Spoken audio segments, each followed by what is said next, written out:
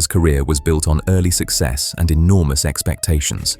What looks like decline is often the result of small, gradual changes that unfolded over years, not one sudden collapse. Every swing adjustment and missed cut added to the narrative. Now, after a quiet rebuild, his career deserves a second look. In this video, we explore what really happened to Rickie Fowler, from superstar to struggles. For much of the 2010s, Rickie Fowler was treated as a permanent feature of elite golf. He reached world number 4, finished top 5 in all 4 majors in a single season, and rarely missed cuts. That consistency made what followed harder to explain. Beginning in 2019, his results flattened. By 2021 and 2022, he was missing more weekends than he made, eventually falling outside the top 150 in the world rankings. I need to play well tomorrow to get myself in the next week, so we'll focus on one thing and just playing some good golf. This was not a collapse marked by one injury or a single poor season. It was incremental. Driving accuracy slipped, approach play lost sharpness, and his historical strength, scoring from 150-200 yards, declined quietly. Tournament fields, meanwhile, became deeper and longer. The narrative shifted slowly, from contender to project to uncertainty. Fowler did not stop being skilled, but the separation between him and the top of the leaderboard narrowed until it was no longer visible. What looked like a sudden fall was actually a slow erosion, form thinning out season by season until his margin for error disappeared. That context makes the next phase impossible to ignore, because once results slip, the real battle begins not on leaderboards, but inside the swing itself. Swing changes and constant rebuilds. Fowler's downturn aligned with a period of near-continuous technical adjustment. Between 2019 and 2022, he worked with several coaches, refining posture, wrist conditions, and transition sequencing. Each change targeted a specific weakness: face control, launch consistency, or spin management. This is great. I mean, as much as it sucks to, not be in the position I wanted to be after today, but we're just continuing to build and continuing to move forward. So, like I said, not the finish I wanted, but individually, the adjustments made sense. Collectively, they fractured continuity. Elite players depend on repetition under pressure. Fowler's swing pattern rarely remained stable long enough to become automatic again. Slow motion analysis from that stretch shows a player searching. Narrower stance one season, steeper shaft the next, quieter hands through impact, then a more aggressive release. The intent was modernization. The side effect was uncertainty. Coaches often describe this phase as technically productive but competitively costly. Mechanics can improve before confidence does. In Fowler's case, the scoreboard never caught up to the laboratory. The result was a swing that functioned, but not one he fully trusted when it mattered.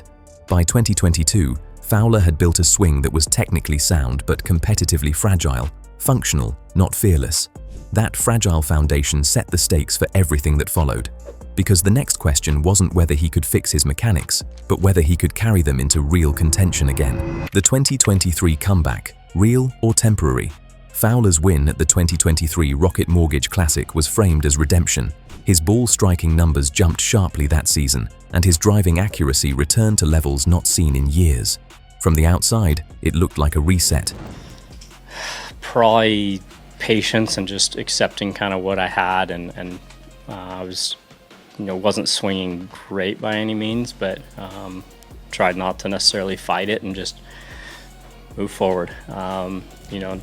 Internally, it was closer to a stabilization.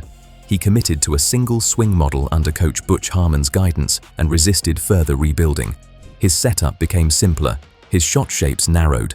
Statistically, the improvement was real. Strokes gained tee to green climbed into positive territory, and missed cuts dropped significantly. But sustainability remained unclear. Outside that win, top 10 finishes were limited, and major championship contention did not follow. Comebacks in golf often arrive in stages. First, competence returns, then consistency, then contention. By late 2024, Fowler had achieved the first two only intermittently. The victory proved he could still win. It did not yet prove he could live there again. So that's the takeaway. Fowler proved he could still win, but not yet that he could sustain it. But it means every result after 2023 carried more weight than the leaderboard showed. And it raises a bigger question: what prolonged losing actually changes inside a player's decision-making? So let's go to confidence and the mental toll of losing. Confidence and the mental toll of losing. Prolonged poor form rarely stays mechanical. Players begin to adjust choices, safer targets, softer swings, conservative clubs off tees once attacked without hesitation. I mentioned, out there after, going through the last few years, I'm not scared to fail. I've dealt with that. So we're just going to go have fun, continue to try and execute, leave it all out there and see where we stand on 18. Fowler's body language during his lean years reflected this shift. Practice routines lengthened, decision-making slowed, misses produced visible recalibration rather than anger. These are common signs of uncertainty, not weakness. Sports psychologists describe this as protective golf, playing to avoid mistakes rather than to create advantage. It lowers disaster risk, but also ceilings. In Fowler's case, the cost was subtle. His aggression with mid-irons faded, par 5 scoring dipped, birdie conversion slowed.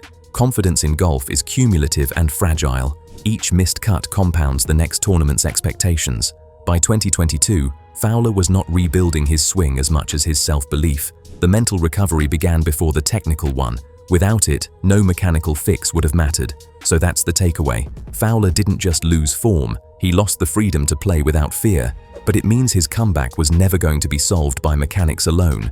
And it raises a bigger question: what happens when a golfer's identity off the course starts to matter as much as the one on it? So let's go to life changes. Marriage, fatherhood, and priorities. Life changes. Marriage, fatherhood, and priorities. Rickie Fowler's professional decline overlapped with major changes in his personal life. He married in 2019 and became a father in 2021, entering a stage of life very different from the one that shaped his early success on tour. And I've had plenty of highs and I've seen the lows. These milestones did not reduce his competitiveness, but they altered his daily structure. Travel became more selective. Practice time was more scheduled than open-ended. Recovery days were treated as necessities rather than luxuries. For many players, this shift replaces urgency with perspective.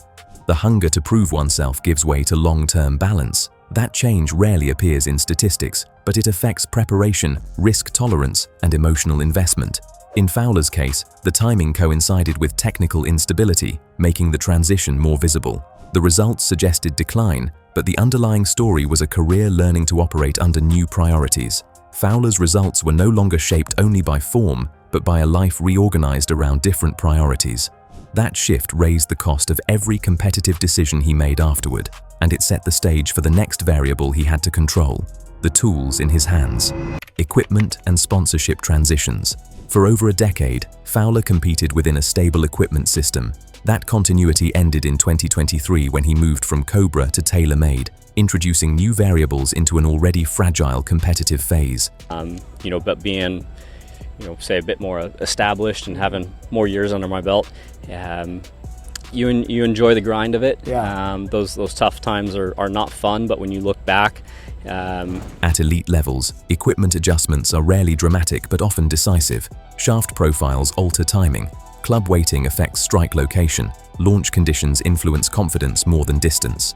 During his rebuilding period, Fowler prioritized dispersion and predictability over raw speed. The goal was not to hit it farther, but to miss less often. Importantly, the change followed his mechanical stabilization. It was meant to support a simplified swing, not redefine it. The transition reflected caution rather than ambition. In modern professional golf, stability is often more valuable than innovation. Fowler's equipment choices suggest a player protecting function, not chasing reinvention. So that's the takeaway. Fowler chose stability over experimentation, building his equipment around control rather than risk. But it means every remaining competitive edge now has to come from execution, not reinvention. And it raises a bigger question. In a faster, deeper field, is control still enough to win the sport's biggest titles? So let's go to, can Rickie still win majors? Can Rickie still win majors? At 35, Fowler now competes in a field shaped by players who grew up watching him. Power levels are higher, scoring is lower, and error margins are thinner. the people or the so-called fans that want to talk trash on us, but yes, there's people that hate on that. So Yeah. His fundamentals remain strong. His swing is repeatable. His short game is reliable. What he lacks is the statistical separation he once enjoyed. Major championships reward durability over brilliance. Fowler's past struggles stemmed less from talent than from volatility across 4 rounds. To contend again, multiple factors must align: precise ball striking, restored aggression, and conditions that reward control over distance. It is possible, but the target is smaller now. His career is no longer defined by potential. It is defined by timing: one stable swing, one composed week, one opportunity. For Rickie Fowler, this was never just about wins or rankings. It was about how early success reshapes expectation and how quietly rebuilding tests patience more than failure ever could. What comes next may matter more than his peak years or his struggles, because his career has already redefined how fragile momentum can be and how difficult it is to return once it fades in modern golf. Click here on the cards to watch more.